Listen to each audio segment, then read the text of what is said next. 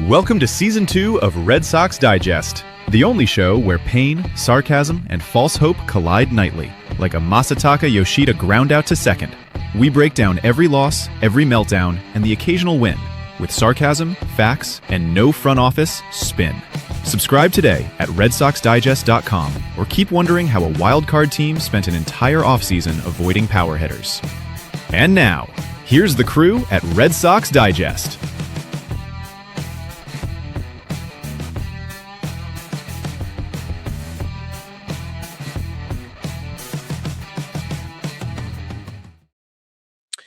Good evening, sports fans, and welcome to another edition of Red Sox Digest. I am your host tonight, Jim Dalfino. And folks, I look like a guy who knew exactly what was coming because I've been telling you all along, this team stinks, and sure enough, they go out there and prove me right once again. I don't fall for the one win, the fake rally, and the maybe they figured it out nonsense. I expect garbage, and they deliver it like clockwork. This isn't a team turning a corner. It's a team doing donuts in the same damn parking lot. Joining me tonight is Nick Face, a man who argues with strangers on X like he's filing a class action lawsuit against the Red Sox offense. At this point, Nick doesn't hate losing. He just expects it. It's part of his daily routine. Coffee, Twitter fights, and Red Sox disappointment. And also joining us as well is John Martinello, our analytics guy, who right now is probably building a spreadsheet explaining how scoring one run is actually a small sample size anomaly. John, I don't need a heat map. I need a hit with runners in scoring position. Let's get into it. Your Boston Red Sox just lost 2 out of 3 to the Toronto Blue Jays, and honestly, this is exactly who they are. They win Game 1 behind Ranger Suárez, pitching his ass off, giving you everything you could possibly ask for, and you're sitting there thinking, all right, maybe this sets the tone. Nope, because Game 2 and Game 3 show up, and the offense goes right back into the witness protection program. Game 1, pitching carries them. Game 2, the bats disappear when it matters. Game 3, completely lifeless. No fight, no response, and that's the problem. This team doesn't build off anything. They reset to bat immediately.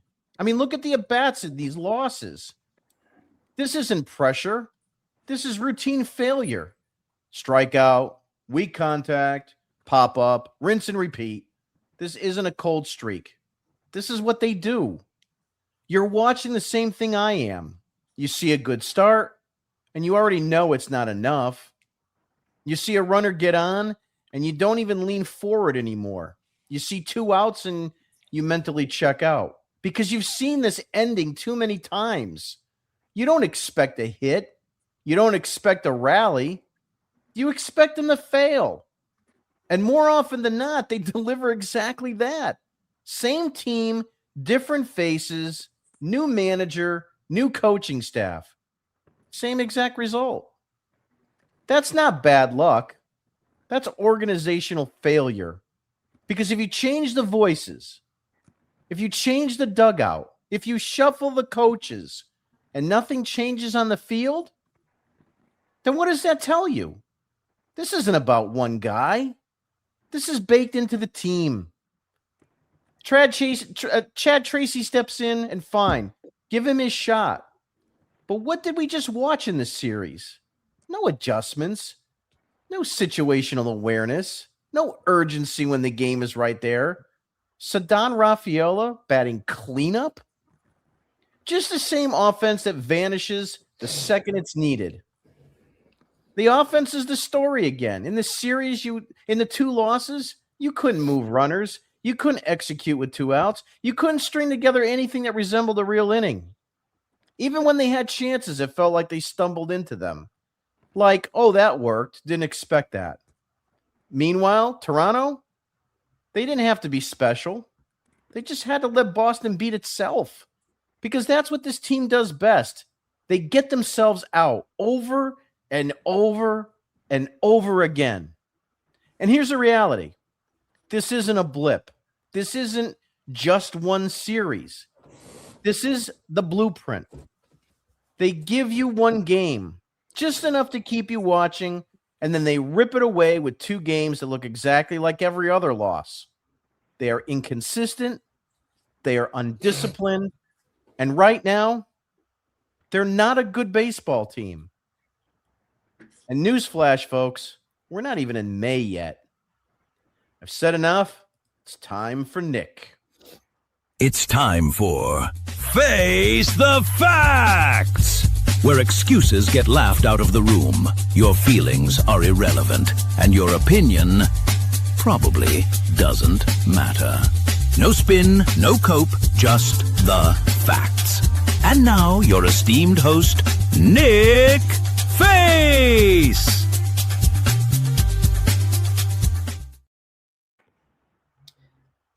Tonight's word of the day is ha ha ha ha ha ha ha ha, meaning told you so. So the honeymoon is over for Chad Tracy, huh? 2 wins. We all were, or some of us optimists were, oh, look who's back. All they needed to do was fire Cora. This team's heading in the right direction. Ba, ba, ba, ba, ba, ba, ba. Well, they came right back to planet Earth last night and today. And it's a case in point, guys, where this is a roster malfunction. It's not the coaches.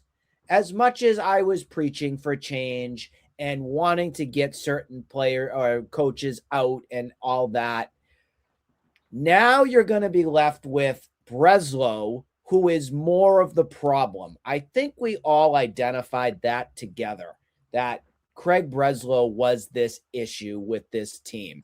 The makeup, the roster management, all that was Breslow. Of course, again, and I keep beating my head against a wall or a dead horse when I keep saying it, ownership is our first and foremost problem. Then it stems down to Breslow, and then it's anybody else under that.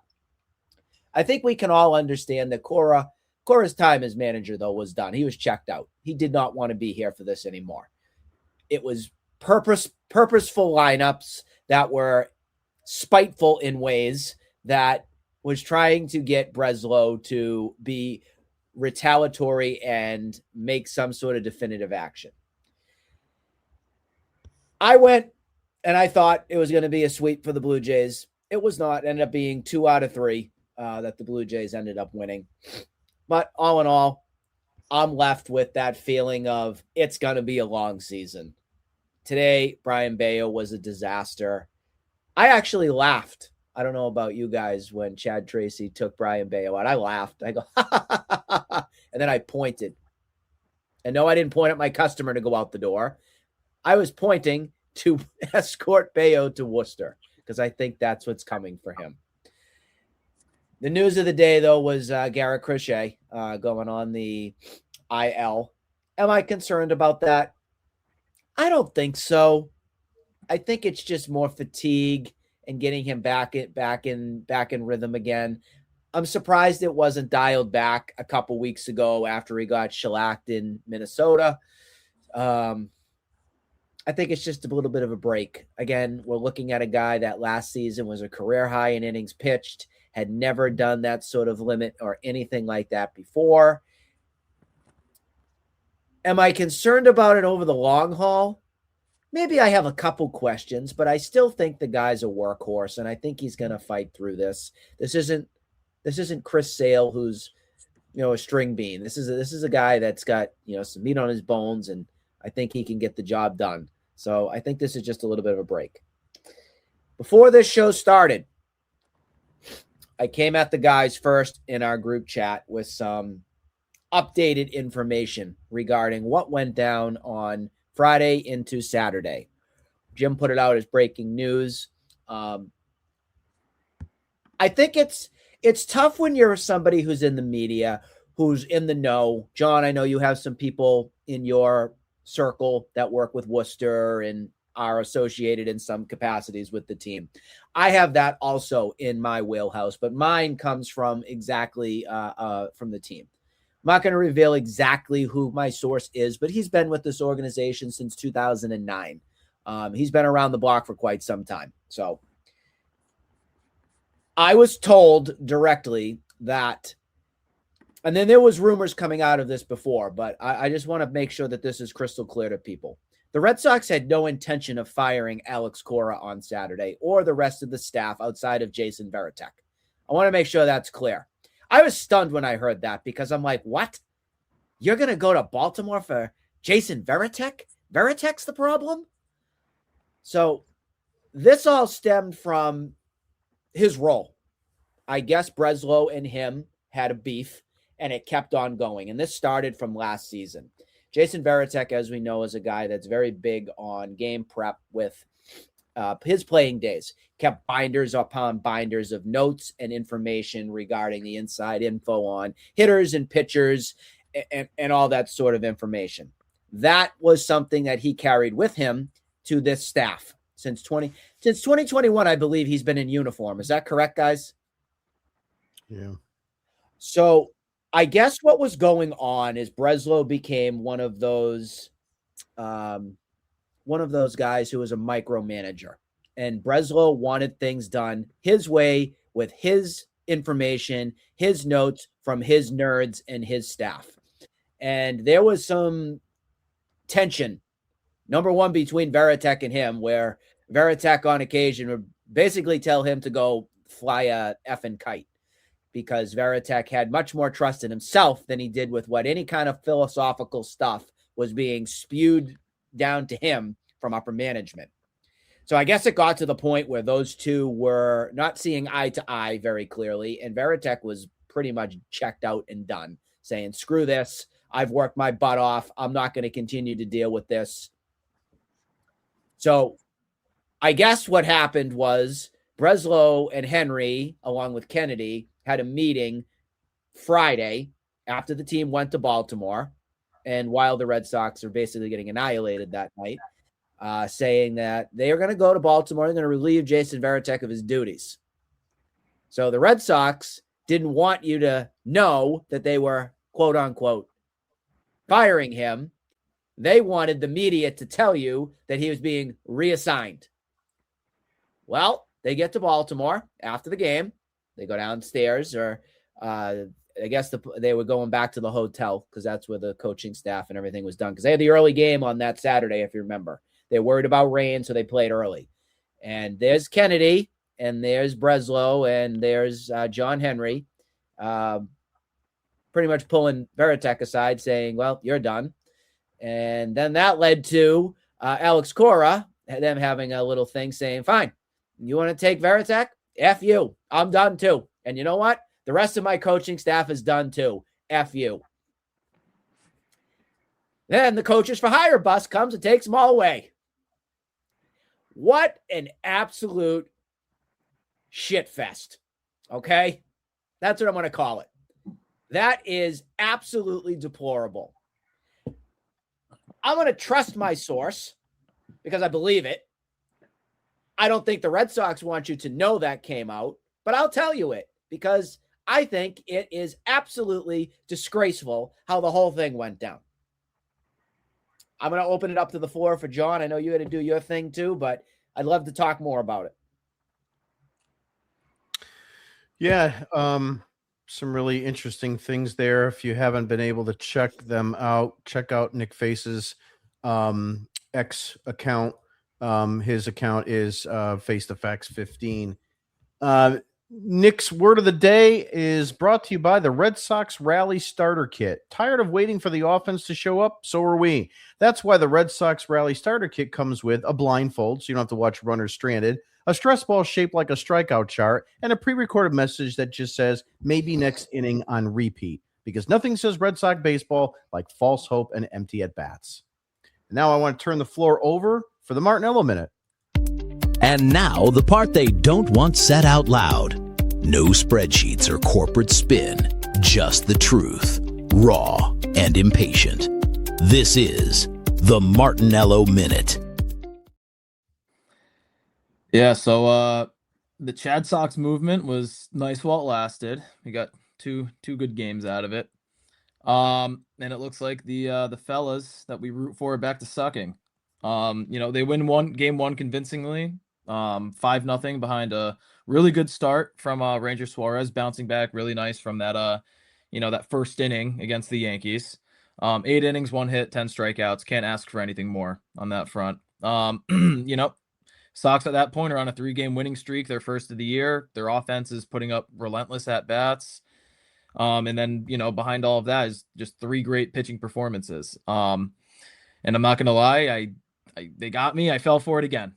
Listen, it'll happen every time this club wins a series, wins a close game. I'm going to start believing that they're going to turn the page. They're about to go on a run of some sort. I'm a sucker for that. I'm consistently over the past 5 years now, I'm getting roped into it, believing in the Red Sox. It's nothing new, since that legacy run that they had in 21. No matter what the roster looks like, I'm always going to think that they could flick the switch and start stacking wins. So, it is what it is. On that point, I'm always going to believe in them, even though, sometimes I say I don't, but I will.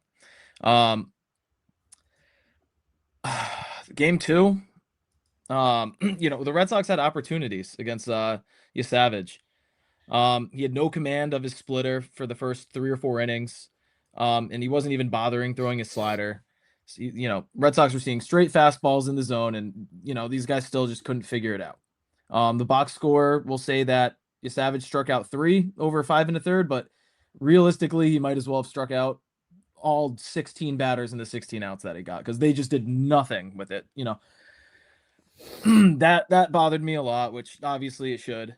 But Peyton Tolley on the other side, he wasn't even bad, even though people are all over my mentions in Twitter saying that his outing was comparable to a Greg Weissert appearance. The guy had 12 days off ahead of the Yankee start. He threw the most pitches he's thrown all year, and then he got 4 days rest before this game yesterday. This is a guy that we know who works off adrenaline. So I'm not sure why people are surprised that the wheels fell off him when they did. People are saying, his velo's down, he doesn't have command. Again, 12 days off, called up to the big leagues, pitch against the Yankees in a sold-out Fenway Park, and then only 4 days of rest before your next start. No shit, he wasn't going to have it. Tolley could have thrown for 7 innings. He could have been as good as he was in Yankee Stadium. But guess what? When the offense doesn't show up, you're not going to win that game anyways, and that's exactly what happened. And then today, offense on paper, if you're just looking at the box scores, at least hitting wise, they look competent. They had 9 hits. That's great and all, but 9 hits means nothing when there's a whole roster, or all 9 guys in the lineup are incapable of moving runners around once they're on the bases. Bello, of course, didn't help his case, or the case for the Red Sox. Instead, he threw another temper tantrum on the mound when Chad Tracy came to take him out, and then he continues it into the dugout. And I know he talked about it post-game, how he's frustrated. He wants to be good. Obviously, when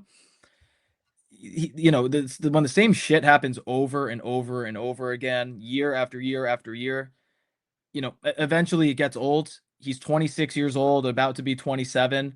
Eventually, you just have to turn into a Major League Baseball player and just eat it when shit doesn't go your way.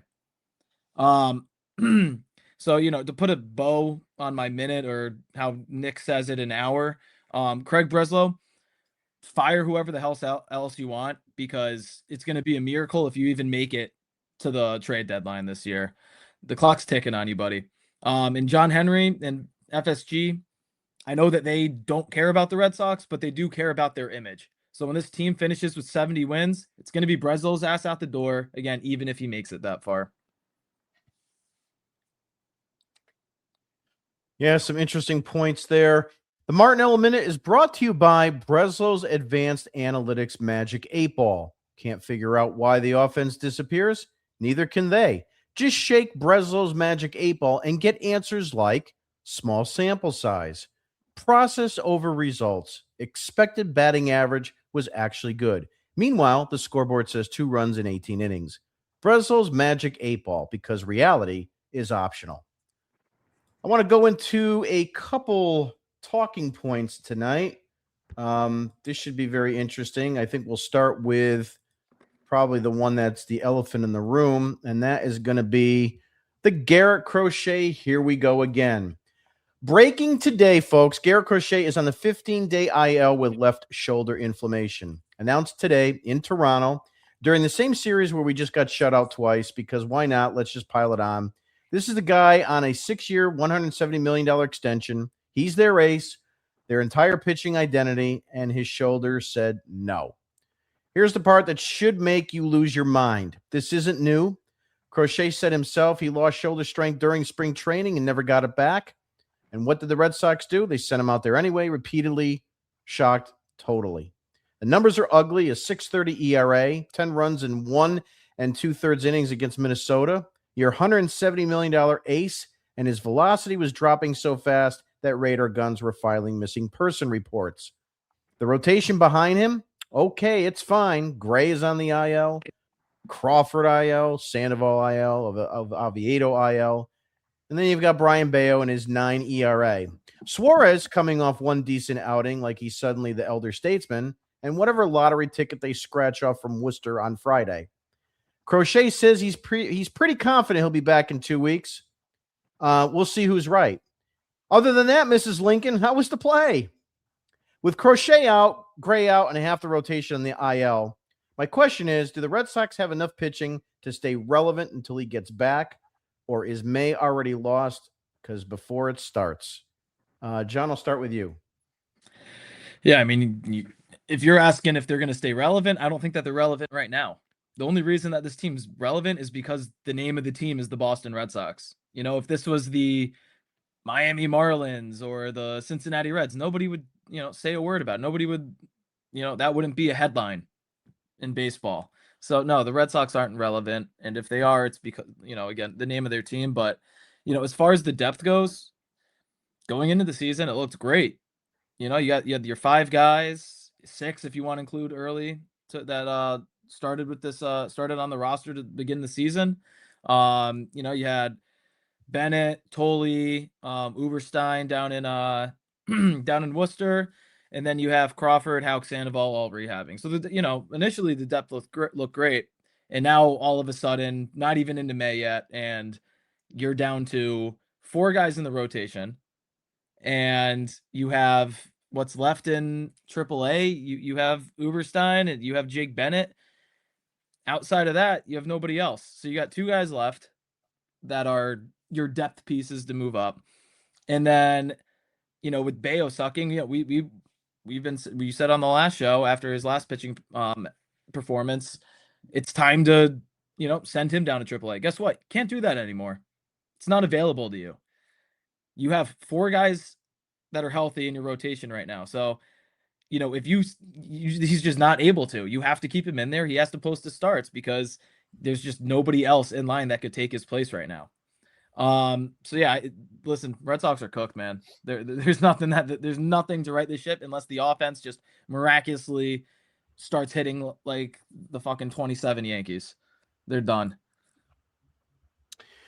Nick, I'll put it over to you. What is your thoughts with Crochet out? Do you think it's over before it even starts? Johnny boy, you come over to the Knicks side. You came to it. I preached welcome it. To the dark side. Welcome to hell. I'm proud of you because you finally have understood what realism is. Okay, this is what we've seen for far too long. Thank you. But I'm smirking, but in all seriousness, it's sad. It is sad because it's not even May 1st right now. And we're already having these conversations about this season is going to be a disaster. How good would Kyle Harrison look right now, guys? Or Cooper Priester? Or Quinn Priester or any of that? How good would that look right now? Because then you'd have some depth to go with. What's Jake Bennett going to do when he comes up here? I don't know. He's just another guy like Peyton Tolley. Is Peyton Tolley ready for this right now? I'd probably say no. He needs more. Nick, Worcester, in my opinion. Nick, I don't mean to interrupt you, but I do. You do it all the time. So yeah. This team, do they only draft left-handed fielders and left-handed starters now? Because it seems like we don't. There's a new thing going on, though, with our new coaches that were hired. They are actually going to be working with the pitchers now to be ambidextrous. So you're going to be right-handed and Like Greg left-handed, Harris. and you're going to be able to play every single position. So that way we'll have all the depth in the world, and we don't have to worry about anything else anymore. That's what they're going to do. They already signed that document. Mm-hmm. Remember Greg Harris back in the early 90s? He might have been before your time, but he was ambidextrous. I think as a 3-year-old child, I was yelling at him. Oh, God. 3. Holy smokes. But in fairness here with the Crochet stuff, like I said at the opening, for me, I'm not as concerned on this one. I think this is, again, just more of a fatigue thing with him. I don't think that he's injured. I don't think the arm is fine. I heard some other people saying, oh, look at him. He took the money and now he's going to run. I don't think that's true, because I still think this is still one of the best bargains in baseball. I think that over the long haul in this contract, I think we're going to get our money's worth on this. I still think he was a fool to accept his deal. That's just my opinion. But I think that we'll be okay on that front. But like John said, it's not going to matter. This is going to get even worse than it is right now until you potentially make other moves. And I don't know if we're going to go to another segment with this later, so I'll wait to name those particular players. But I think the only way that you can make even more of a statement is more changes within the organization and roster.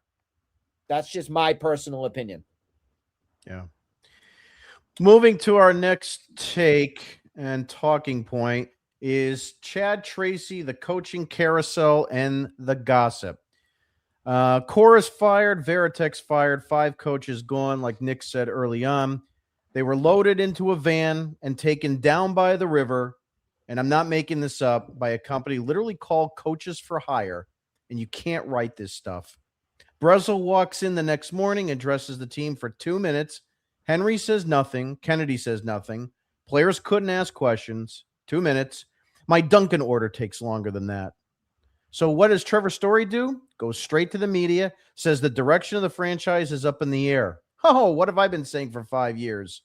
Calls Breslow's explanation not sufficient, on the record with his name attached. That is how dysfunctional this organization is right now. And here's the kicker. The guy questioning the direction of the franchise, he's batting 198 with a 532 OPS. So maybe, Trevor, maybe you should march into Breslow's office demanding answers. Look in the mirror first. They eventually hash it out. Good for them. They went to Toronto and got shut out twice. This isn't a reset. It's a reality show. Breslow's playing mad scientist. Tracy's learning on the fly, and the players aren't complaining about decisions made because they weren't hitting. The inmates, folks, are running the asylum, and the asylum is in last place. Mm-hmm. Trevor Story publicly called out the front office, demanding a sit-down with Breslow, and the team just got shut down in Toronto under their new management. So let me ask you this. Is Chad Tracy actually the solution, or is he just the guy they handed a burning building and said, good luck? Nick, I'll start with you. Here comes that classic smirk of me again. It's there. It's there. When I was a kid, I think this movie came out when I was 12 or 13, 2002 or 2003. It's called Daddy Daycare with Eddie Murphy. You guys ever see that? It's an old one. That's what this is. This is Daddy Daycare. Daddy is home taking care of his 18 children that he's managed in the minor leagues, and his 7 or 8 other major leaguers want to be sent to their room by Daddy, basically. Okay? And that's your Trevor Stories, your Jaron Durans, your problem children. I think there was a movie called The Problem Child. Was that with John Ritter? But I think I was a kid. There was another one too. So sorry to reference and date myself on age in here from everything, but that's what this is. He's a babysitter. That's all this is. I think that Chad Tracy's a great guy. I think that he's a very talented individual with what he's done in Worcester. But the Red Sox hired him because he has a relationship with these children.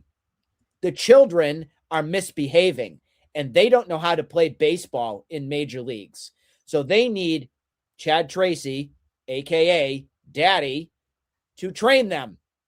And I don't think Daddy has enough parental supervision. Yeah, I mean, that's pretty clear that you can see that right now. John, what's your thoughts on Tracy and the coaching and all that? Yeah, I mean, you said, is he the right guy for the job, and then, or is he just being thrown into a dumpster fire? It's both. I think for the time being, as we pointed to last show, who else besides him is, equipped to handle, to the best of their ability, this roster right now. I think we said it was like 71% of the roster he's coached before down in Worcester. But then on the other end of it, like, yeah, it's a dumpster fire. The players hate the front office. Is the guys that are veterans in the league, they all hate the front office because of what they did over the weekend. All the young players are, they don't have voices yet. They're too scared to speak up, but I'm sure none of them are really complaining too badly because they don't know, what it's like yet in the big leagues. They've all, I think Bello, who's 26, is the only guy with like more than 3 years of service time that's, over that age of 25. And so, even he's, we saw it today, he's a baby too still. So, I don't really know where to go from here. Like, the team's the team, as Cora would say, the roster is the roster, and we got 5 more months of this. Like, buckle up. There's, listen, the team's gonna get, they're gonna get hot at some point. They're gonna win 12 out of 20. That's what hot is now for this team. But it's just going to be a whole lot of trial and error. Guys are going to be called up. Guys are going to be sent down. It's just going to be another, disappointing season for us. It sucks. Like, all of us obviously want the team to be great. And when, the GM dips into, building a team like how the small market team does, this is what they go through. Some years it's going to hit, most years it's not. And, when there's such a divide between the coaching staff, the front office, and the players, it's, you're not going to get anything good out of it. And yeah, so just, on to tomorrow. Off day can't hurt us. Yep. Moving on to our next talking point is about, oh, go ahead. Sure, Nick, go ahead. This is going to be a hockey analogy for you guys. I don't know if you guys are hockey guys or not, but What's who this playoff team, hockey? There you go. That's the most important one. Yeah. And congrats to the Bruins from last night, because otherwise I would never have slept, because you would have ruined my night. Thank you, Pasta. Done with that. That was a nice goal. It was. He needed that. I will say, you know what this team actually needs for a kick in the ass kind of type coach?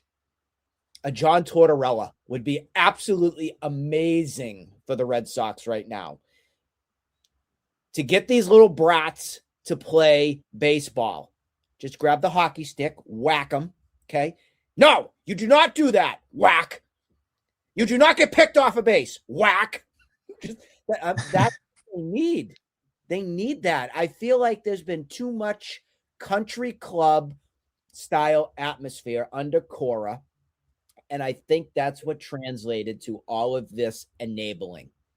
The enabling has transformed this team into being a mess of being dysfunctional.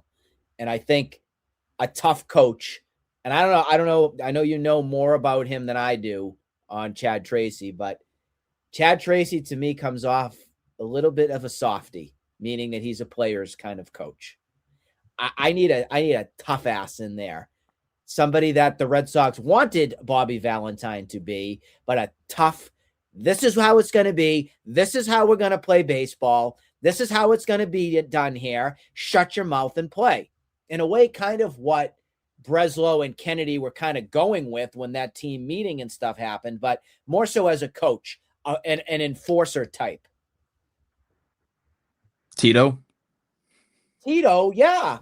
Yeah, because he respected the players too. Yeah, I mean, look, the the Reds outside of Ellie and Sal Stewart, like, go look at their slugging numbers, because as of 2-3 days ago, I think that they were even below the Red Sox on slugging. And that's a team that the Red Sox, I'd say, has more talent than, and they have, I think, the second best record in the National League. So It's crazy. Yeah, like the managing is super important. It is. Talking point. The next talking point is going to be about Trevor Story. Part of the show where we talk about the elephant in the room wearing a Red Sox uniform. Let's start with the 2026 season overall. I think through 119 plate appearances this season, Story has struggled to a 532 OPS and a 31% strikeout rate, and he's still kept an everyday role in this lineup. Baseball Savant has him at a 230 WOBA and a barrel rate of just 3.7%. That's bottom of the league. Baseball Savant. And in this series against Toronto, in Game 1, Story left 2 runners stranded in scoring position with 2 outs. In Game 2, he struck out looking in a key at bat and managed just a bunt single in the other.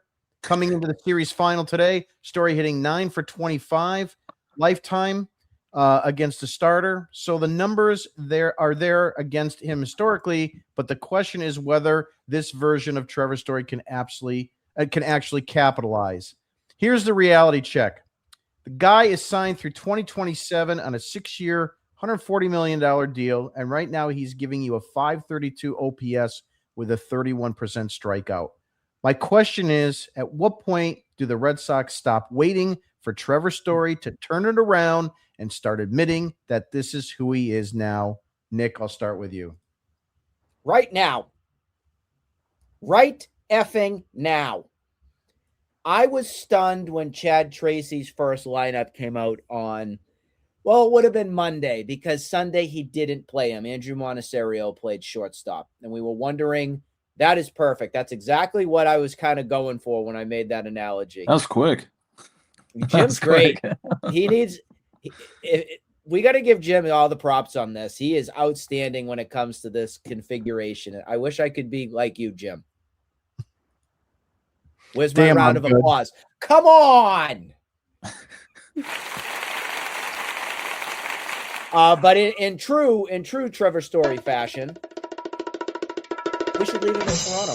I have a great place for him up in the CN Tower. Keep him up there. I heard he's afraid of heights. Put him up there. I would like Marcelo Meyer to be my shortstop starting tomorrow, as in now. I want him there. I want Trevor Story DFA'd. I'm not waiting around for this anymore. I never wanted him here in the beginning. I knew the writing was on the wall when he came here in the first place because our fan favorite, Xander, was going to be thrown out the door because, yet again, the Red Sox had to botch another great player's contract negotiation to piss him off and get him out. Xander Bogaerts should still be here right now. But yet, here he is right in front of our eyes, TS10. So good. Keep singing that song. And we've been stuck with it.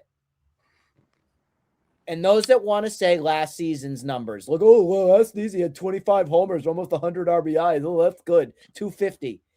Where was he in April and May? And then the tail end of the season again. He had a month-and-a-half hot streak, and then he disappeared off planet Earth yet again. The numbers have continued to regress, and he's a player that is on the out. He has never won, guys, anywhere he's been between the Rockies and the Red Sox. He is not a winning player. He's a player that cares about Trevor Story and Trevor Story only.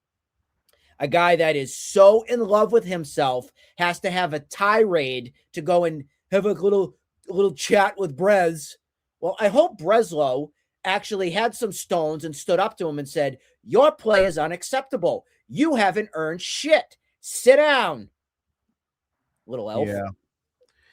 Yeah, Trevor Story drives me nuts. I get into it with people on Twitter all the time. The people are coming at him. Okay, Micah, Ballpark Buzz, he's like, I wrote a tweet. I'm like, it's time to DFA Trevor Story. He's like, you were doing this again? And then I got some other people on Twitter that are like, yeah, but do you remember that he had a tough start last year, and by May, and he had 96 RBIs at the end of the year?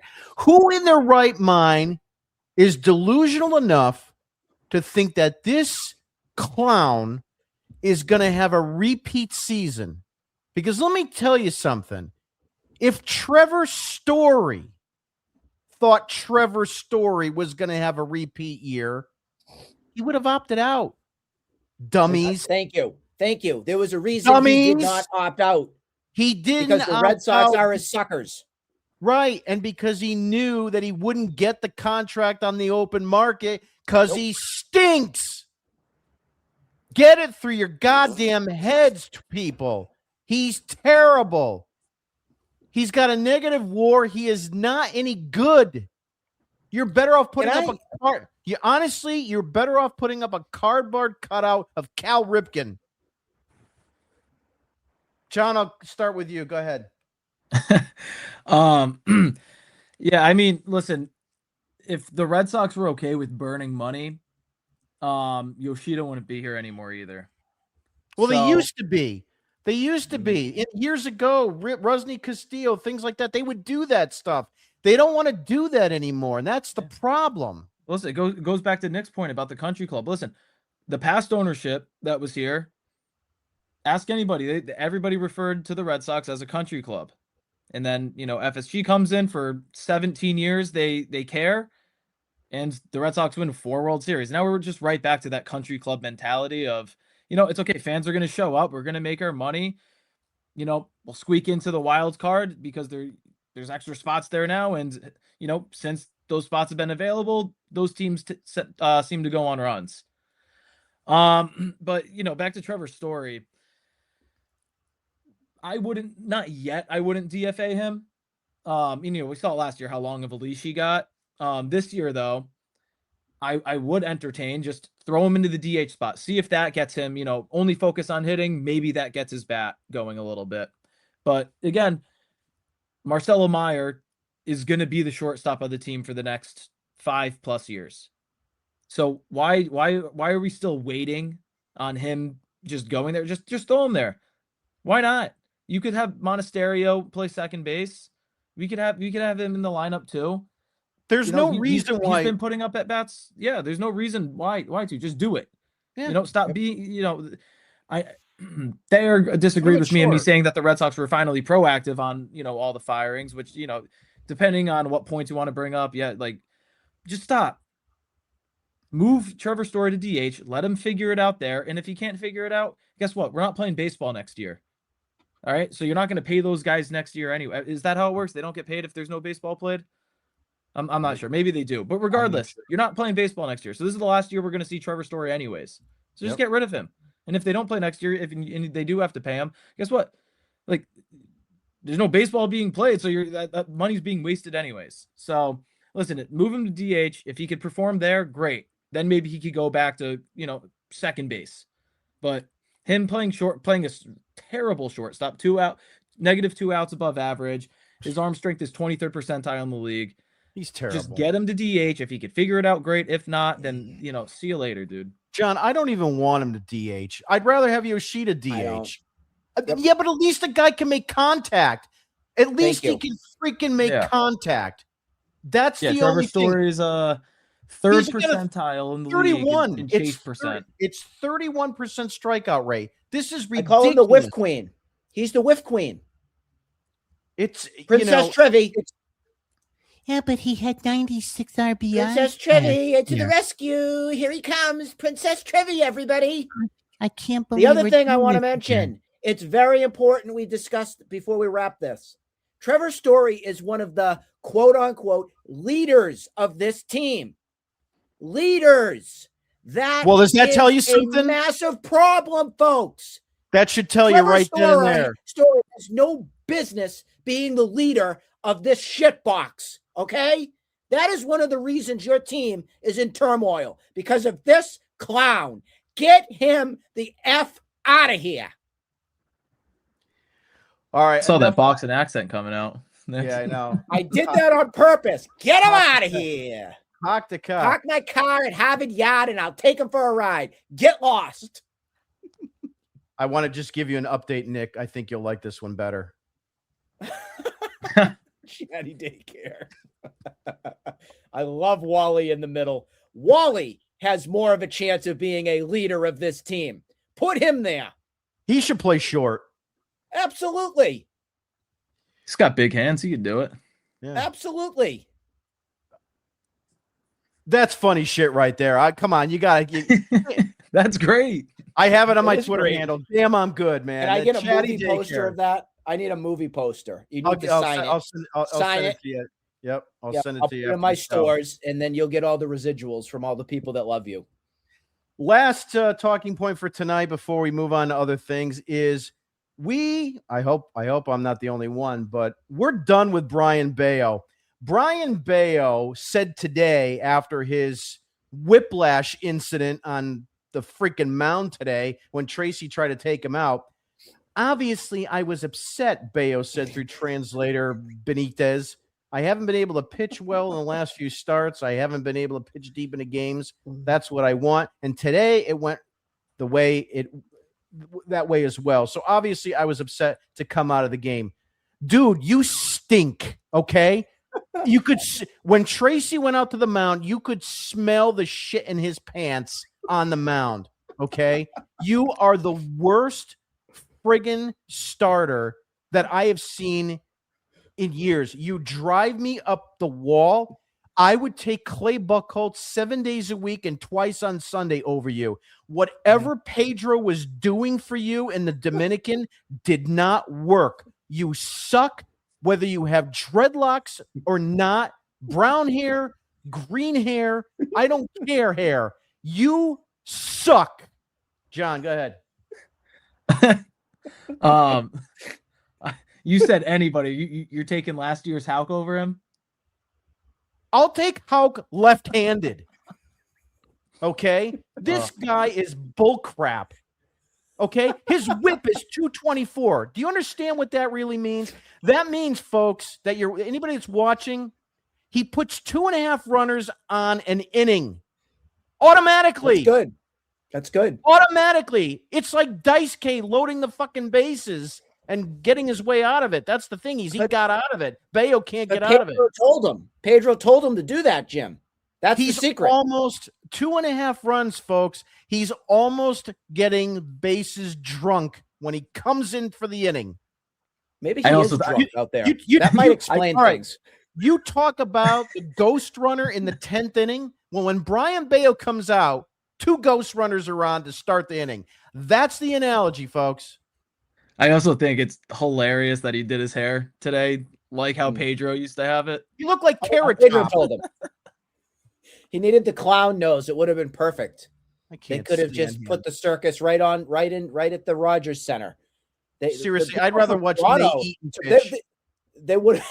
Nate Eaton's got a firm sinker. It's better than Bello's. I thought that's what they were bringing him up for. He might be pitching Friday. You just took $60 million and just shoved it right down the toilet with this clown. They use that as toilet paper. It's called Bello paper. Look, they use the ones well. You know, people tend to get better into their young 20s, mid 20s. This guy, who's getting better on this team? Seriously, look at the 2026 Red Sox. Who has excelled from last year to this year and taken the next leap? Not one friggin' clown on this team. I'm telling you, if I'm Wilson Contreras, I ask to be traded. That guy's on pace for 37 home runs. We were worried about him hitting 20. He might hit 20 by May, the end of May. The way this is going, he's the only guy on there that you can actually sit and watch an at bat and say he might do something. Everybody else, I mean, at this point, put Bello at third and have Durbin pitch. Well, I mean, I might as well change something around. Hate this freaking clown. Question. All right. Yeah. A question, though. Do you guys think that Bello actually is going to be going to Worcester and getting demoted? Who cares? No, he can't. Everybody else is hurt. All right. Before you answer that, we got a maybe new they. Maybe, no, Nick, hold on a minute. We got a new segment. I want to introduce. Goody. Yeah. I want to introduce you to Piece of Take. Num num. So I said today in our chat, I said, I have a conspiracy theory take. We'll call it Piece of Take. Maybe Crochet isn't badly hurt, but they want to give him a couple turns off, especially since this team sucks. They wanted Bello to start today to see if they were going to demote him or not.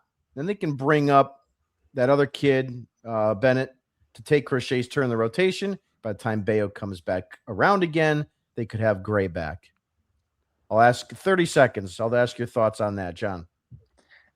Listen, just because, like, you know, as far as Crochet goes, I really do hope that, you know, that's right. That, you know, even if, you know, the fatigue, whatever you want to call it, I just hope that Crochet, you know, this doesn't go longer than the 15 days. So hopefully you're right on that front, and that it's just, you know, giving him time, you know, to just recover a little bit, because I'm sure it is just fatigue. And, you know, maybe that plays into what the arm angle was, how that dropped 4 or 5 degrees.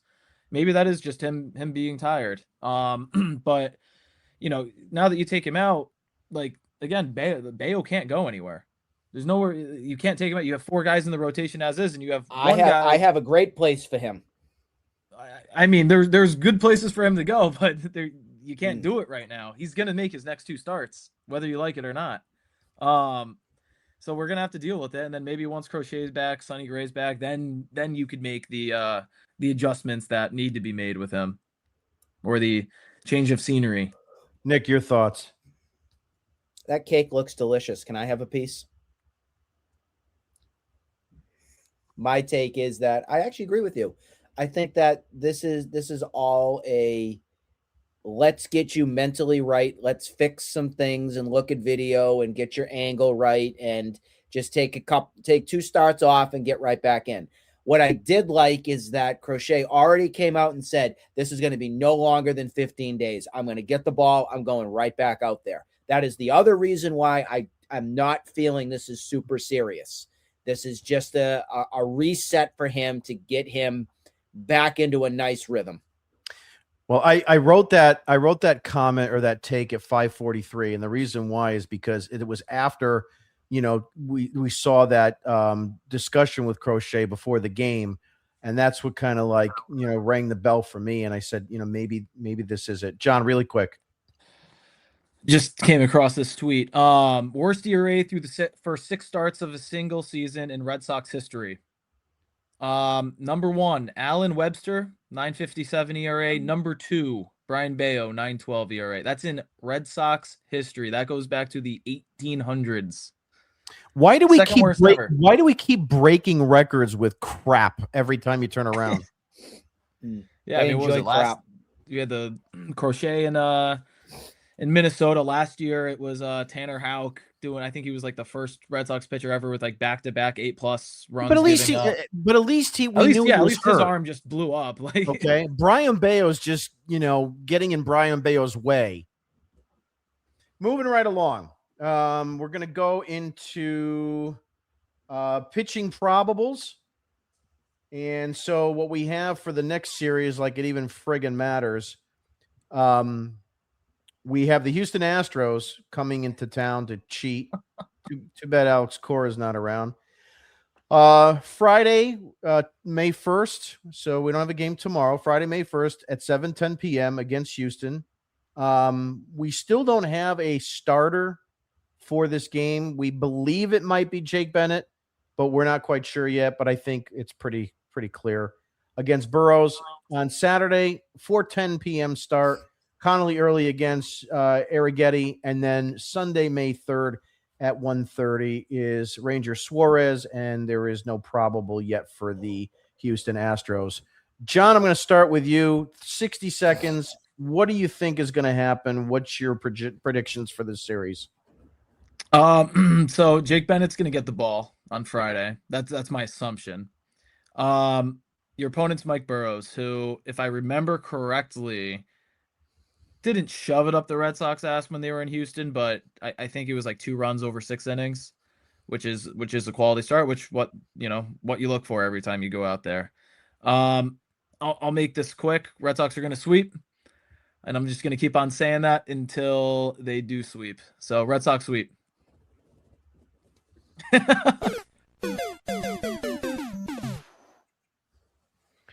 Nick, your predictions for this weekend series. Where the hell am I right now? Did I just hear a sweep? You have entered the twilight zone, the delusional zone.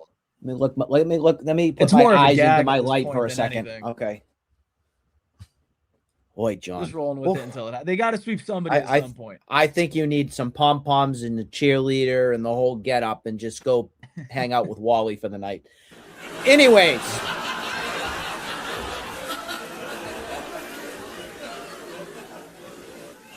Oh, that was a good round of applause. That was more extended. I thank you. Thank you. I'm here all night. Thank you. I can't go with Jake Bennett though as the first guy up here on Friday night. I can't. I give that ball to the Astros, even though the Astros have been off to a horrible start as well. Well, they're going to be seeing their BFFs, the Red Sox, to the rescue to fix that. I will give Conley early the edge on Saturday. Yes, you heard that right. I will give Conley early the edge on Saturday. I will. I'll give the Red Sox the win on that one. I think that the biggest bright spot of the season has been Conley early. That is a fact from me that can be backed up to the end of time. Conley early has been the brightest spot, in my opinion, for this team. And then Suárez, I mean, he just threw a great game, 8 innings against the Blue Jays. I'll go with the Red Sox taking 2 or 3. Oh, boy. Did I just say that? Oh, did I just say that out loud? Oh, I'm embarrassed for myself. Well, my take on this is the following. The Red Sox have had a wretched season to this point in 2026. And the only team with a worse record than you have in the American League is the Houston Astros, who, by the way, swept you in Houston. Now, whether they were using hieroglyphics or smoke signals or Apple Watches, who the hell knows? But I'm going to say that the Red Sox win 1 game. And I'll take the Suárez game. I have more confidence in him. I think Early will pitch fine, but I just don't think there's going to be the offense to win him the game. That's the problem. And unfortunately, with the way this team pitches, they have to basically throw, almost better than a quality start in order to make sure and secure a win. It's pathetic. I mean, honestly, I don't even know how else to describe it, but 1 out of 3 is my prediction for that. It's time for comments. We'll see what we got here from the group.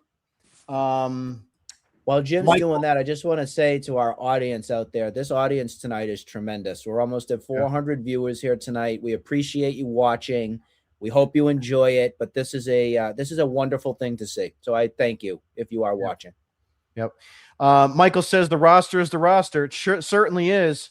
And again, you need a fall guy. Cora's your fall guy. Breslow's the one that put this together.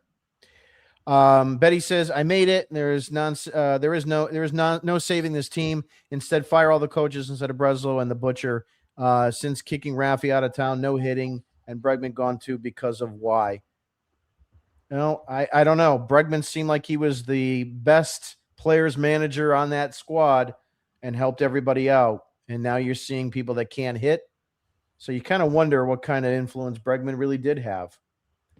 Michael says they couldn't even steal a series against an injured Blue Jays team. No, I mean, George Springer, who owns the Red Sox, owns them, wasn't even playing, and they couldn't win 2 out of 3. Just better than you says, get Duran the F out. Guy is so bad. YouTube highlights, skip his at-bats, 162 average with 1 home run. He's terrible. Oh, that's good. That was a good one. Yep. Skip his at-bats. I think maybe Duran needs a DH. Why don't we do that? They made Betty says they made Toronto healthy. Just better says loaded bases, 1 out, surely a fly out minimum, right? Wrong with the skull. Here comes the Red Sox whisperer. Let's see. Just better says I'm sure a lot of their talk is AI or ChatGPT. I don't know if he means us or the Red Sox because they're the ones that sound like they're a bunch of robots over there. Pasha says, Butcher Breslow. Mike says, I agree with firing Cora, but the roster is awful. No, he had to go, and so did these guys, Pete Fatsy. And, I mean, I was even getting tired of Veritek, too. I got to be honest. Everybody said they wanted him as the next manager, but it's getting old. They got to kind of move on from 04. It's really what they got to do. Worse than the 09 team. This is one of the worst teams in the history of the franchise. I mean, The 2020 team's running laps around this squad right now. Well, the 2020 team actually had superstars. You still had JD Martinez. You still had Xander Bogaerts. You still had. And if JD was allowed to use his iPad in the dugout during 2020, he would have had another 330 average season. Yeah. So the point being is that this team does not have superstars. I mean, Abreu is not a superstar. He's okay, but he's not a superstar. Wilson Contreras is a good player, but he's not a superstar. So there's a big difference there. Just Better says, who doesn't watching this lineup? Absolutely. Betty says, Nick, I called it, but I think his injury is more than they say. I don't know. That's in regards to Crochet. Again, if this was worse, I look at always player reaction and to see what they have to say. I truly believe Crochet when he says that he will be back in 2 weeks. I do too. I think he's honest. I don't think he doesn't bullshit you. No. Yeah. On the other hand, you have Justin Slayton saying, "Oh, I'm going to be back in 15 days," and I couldn't tell you where the hell he is right now. Yeah, didn't I put a tweet out to you guys the other day? I'm like, is that guy still alive? Because I haven't heard anything about him, so it's just kind of funny. Let Crochet rest. It's not like this team is in any position to win anything this year. It's kind of case in point almost, Mike, because it's like, I mean, do you want? I mean, not that we want to give up on the year, but at the same time, it's like, what are you doing? What are we playing for? Maybe we should. Mediocrity, nepotism. Meanwhile, Oakland leads their division. That's pretty funny. I think that's cute. Yep. Betty says, John, you knew more. You never knew the Joe Morgan time. Yeah, nope. I remember. Yep, Joe Morgan. Right with the bat, Betty. Please, can they send Bello down? I mean, I don't even know if you can fix this kid at this point. If Pedro Martinez can't fix him, how's anybody else going to do? Groovy Weenie, great segment tonight, John. Again, all Martinello Minute fan club and merchandise is available at the Red Sox Digest store. Just tell them John sent you. Butcher Breslow. Nate says, always is spot on. I think he's talking about either the Martinello Minute or just us in general. We appreciate you, Nate. No, he's talking about me specifically. Thank you, Nate. Good. Christian says, the GM in the weakest position on the team, nothing can overcome that hole. Yeah, I mean, this is why they can't call him a GM anymore. It's got to be a CBO, and it's just crazy. Nate also says pitching doesn't matter if we can't score runs. That's right. You can't throw a shutout every night. Look at Ranger Suárez. The guy has to throw a freaking shutout, and they have to go 10 innings, and then you get a bloop by Yoshida. Math says we all know why he signed that ridiculously cheap deal. He knows he can't stay healthy, so he took the guaranteed money. I might question that. It's an interesting take. Did he know that he's got problems down the road and figured, I'll take the 170 and be on my way? I don't know. It's possible. Groovy says to Nate, that's the truth. Christian says they are done, not only pitching woes and hitting woes, but they lost 10 players in Cora and Veritek. Yeah, I don't know. I mean, a lot of the young guys are going to like Tracy. You get guys that are veterans like Story, maybe Duran, but I mean, is there really anybody else there that is going to really care about Cora being gone, truthfully? Because I don't think he had a great relationship with Narvaez. I don't know if he had a really great relationship with some of the Latin or Dominican players. Contreras was brand new here, so I don't know. Mike says the log jam in the outfield should be enough to fire Breslow, but again, here we are. Should have been done in the offseason. But Jaron Duran is really good, guys. Yeah, he could come back to form because he had a 9 WAR, and that means everything to everybody. Story is the first of the All-Star team. He made the All-Star team in 2024. Did you know that? I heard that. Yeah, but he's good. Yeah, I heard he was in the All-Star game. I didn't watch. He's an MVP caliber player. Yeah. Yep. He's got an MVP caliber vocabulary too. Yeah, just don't know what year. Story is the first of many that needs to go. I can't stand him. I can't stand Weiser. I have a list of people that I can't stand. Kelly, I can't stand any of these guys. And Betty says, and Bogey would have signed for his money, but the idiot Bloom gave it to injured Story. That was the biggest disgrace.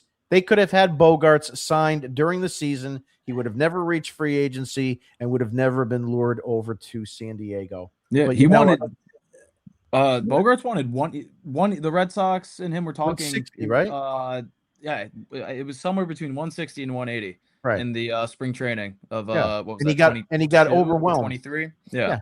And he got And the Red overwhelmed. Sox wouldn't give it to him, and and granted, like they pretty much during the offseason had him ready to sign back, and then the Padres obviously with their half dead corpse owner was just like, oh, here's fucking what 270 over 11. So, and that was right when all the shortstops were getting all the money in the world. So, I mean, listen, like they could have if they did the right thing, they would have gotten them in spring training. They could have had Bogarts and Raffy for the amount that they gave Raffy. Yeah. Betty says he's going to be traded. I think she's talking about Duran. 23 hits, 40K. I'm not sure who he's talking about. Is that Trevor Story or Story Duran? or Duran? It's one of the two. Yeah, I mean he's got to be. They both right suck, Jonah. We don't like them, Jonah. So I hope you understand that. Mike says I would rather they pay him to play bench. He's got to be talking about Story, I think. Well, he did that for 3 years. Yeah, He's already done it. Removing someone the players he like said it, Story. He just said it, Story. Okay, yeah. Well, okay. Story can. Jonah says, it's still April, right? Don't remind me. Oh, don't go there. You're gonna get banned. You're gonna get banned. Don't even start. Don't give me it. I will hit the ban button. I will ban you and block you on X. It's insulting to Pedro. Mike, absolutely. I mean, did his work go for nothing? I don't know. Jonah says, I guess Anthony will 200 for the rest of the year. He could. I'm going under. I know he's being sarcastic, but shut up, John. It's gonna. It could happen. The Yankees only have 3 hitters over 750 OPS. What position are they in the standings? The Red Sox only have 2 hitters over 750 OPS. It's terrible. Cora to the Mets. I don't know about that. I don't know. Not this year. I think he wants the year off, and he'll see what's available next year. Why would he want to go into the cesspool of the Mets or the Phillies right now? Think about it. Yeah. What normal human being would want that? Give him his time. He's going to go to the Phillies next season. Look, here's the bottom line. He's got $14 million coming from the Red Sox guaranteed. If any of you listening were getting $14 million to sit home and drink beer all day long, you'd do that too. He has no reason to have to make a decision this quick and that fast, no matter what the money is. So he's going to sit out the rest of the year. Good for him. And he'll reassess over the offseason and what kind of deal and what's available. He might probably get 10 to 12 million a year to go and manage the Phillies. If he not will, more. But maybe it won't be the Phillies. Maybe it could be the Yankees. Who the hell knows? I mean, nothing is. That's what I'm scared of. I rule out nothing. Matt, a listener and watcher, he says, I did say 1 of 3. I think he's talking about the Toronto series. Good for you, Matt. You got it right. I stupidly thought the Red Sox would win 2 out of 3. I don't know why I went that way. Nothing like a Fenway dog. Yeah, but Fenway dog. Haven't heard that one before. Yeah, Fenway Frank. But just they're like, think about it. When you're biting into that dog, you can think of John Henry. Yeah, but I'm not going to do that while I'm eating a hot dog, Nick. They're like $13 a hot like an dog. ice cream cone. You and Linda. Matt says, can Bello grow up and get through 5 innings for once? The answer is no. 5? The answer is no. Let's get the 4. How Matt about says, 1? Free Mike Vrabel. I do feel bad for Mike Vrabel. I actually have a heart on that. This is a Red Sox show. We might want to do a football in the fall. We'll talk about that. I dabble in a lot of things. Yeah, we might do a football. We'll have to come up with a name for that.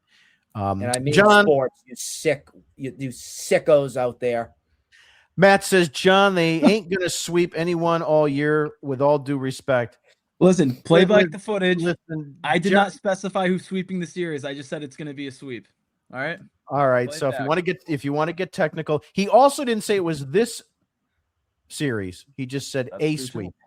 Yep. So, you got to watch the way you frame stuff this day and age.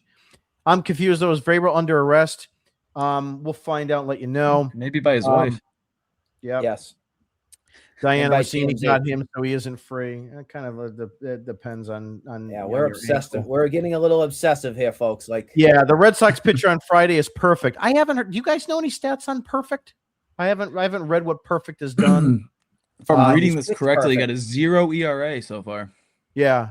pitch perfect. He has. Do we get perfect for cash considerations? Because he's got really a turned lot up. of Christmas, Jim. He's got a lot of Christmas on that ball. But That's a we'll classic see. John Farrell saying. If you don't remember that one, remember Yeah. that when he said that. Well, I remember You guys Kurt got a lot Hennig. of Christmas coming up. If you guys watch the WWF, you might remember Kurt Hennig was Mr. Perfect. So maybe that's what he's referring to. Jake Bennett is listed as the likely starter to make his MLB debut for Boston. I don't know if I've seen that actually. Is that Yeah, official? it's just a rumor Tracy at this did- point. It's just a rumor Did say still, right? that it's likely going to be him. Yeah, He it's did not a- say it's likely him. So Yeah, it's not Yeah. official yet. Matt says you should read the chats in the middle of the show too. It'd be a good breakup. Yeah, we'll consider it. Yeah, maybe we should do a half and half, something like that. This way, here some of them will make a little bit more sense for you guys. So we'll definitely take down our advisement. No Barger either for the Jays. Oakland is only half game up. They have a run differential -11. Kind of crazy, but that division out there is really like weird anyway. Yeah. Story is an albatross. However, you can't cut him. You can't trade him. Sure, you can. You can what cut are him. you talking about? You can cut him. I'll I give mean, him if the you wanna heave-ho right now. See you later. yeah, no one's gonna pick him up anyway. I mean, it's it's just what it is. You just got rid of Alex Cora, and what was left on his deal? Almost 20 mil. Yeah, they at It least can minimum be done. 14. Yeah. Yeah. The Red Sox will do what the Red Sox want to do. Is Matthew referring to Dirt Dogs? Not quite sure. I That used to about- love that website. Do you remember that website? Oh, Boston yeah. Dirt Dogs. That was such a good blog. They did such a Son- good job. Sons of Sam Horn. Remember that one? Yep, that was a great one. You get the little chat rooms and everything right there. That was great. Yep, that was a good one as well. Last but not least is our star of the game showing. Every time that we are live, we will have this graphic on my Twitter handle. And what you do in order to enter is just go ahead and comment with who you think your star of the game is going to be for that game. And we will tally up the points at the end of the year. You win a $100 MLB shop gift card. John, are you asleep? I don't know what I did here. Oh, okay. I thought you were sleeping. No, I don't know what the hell happened. My screen's gone. I'm trying I to Oh, figure thought it he out. was actually doing something about because somebody just said, who was the best ball player in the prime out of the three of us? So There we that go, really man. kind of got me. That kind of really got me going right there. Yeah, it's definitely not me. In any event, who's your star I'll of give the it to you, game? John. Nick, who's your star of the game for tonight? Oh, definitely Brayan Bello. I was so happy with how he threw. come It's on, just come on. outstanding. It was great. All right, John, who's your star of the game? Let me go, Take it, John, and Nick. then come back to me. All right, it's Vlad Jr. Yeah, 3 for 3 today. He's hitting 350 this year. Guy's an animal. He's not hitting home runs yet. Once he does start hitting home runs, he's going to be top 3 MVP voting. He's an animal, and he great should have been here. Could have been here, but the Could've. Blue Jays I have a did the great right one. thing and gave him the extension. All right, Nick, go ahead. The star of today was Hazel May, guys. Hazel got doused with the Gatorade shower, and that made my afternoon. yeah. Do you know who Hazel May is? Oh yeah, she used to be a Red Sox beat reporter. She On- was my on- love on Nessun. interest when I was a teenager watching the Red Sox.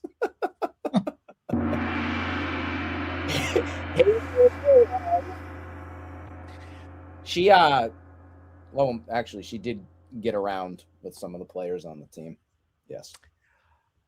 That's gonna do it for this episode. Speaking of Red Vrabel, Sox I Digest. mean, we were talking about Vrabel and Diana Rossini, so I just had to put my 2 cents in.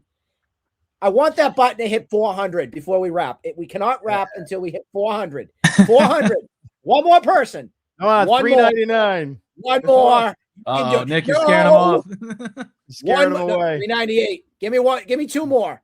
2 more. Come on. You folks can do it. I believe in you. Come on. We're at 398. Do I have a 399? Come on. Take off your shirt. That might get some in here. I'm not Tyler Milliken, Yeah, and I'll never be. Well, Yes, I guess John, it's on Twitch. It's on Twitch as well. Yes, it's on StreamYard. Only fans a little bit later tonight. Yeah, there you go. 401. That's going to Thank wrap you. it up for tonight. I will not take my shirt off.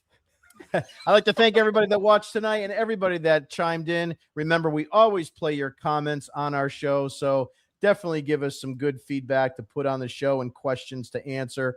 Please go ahead and like and subscribe to everybody on our show. Go into our RedSoxDigest.com for our newsletter, where I have a letter each and every morning in your email box about the game from the night before, full of sarcasm, fully savage, and fully slapstick. You'll love it. If you love the Red Sox and you're tired of them losing, you'll probably like my rant. That's going to do it for tonight. Thank John and Nick for joining me. We are Red Sox Digest. Have a great night, everybody. We will see you on Sunday.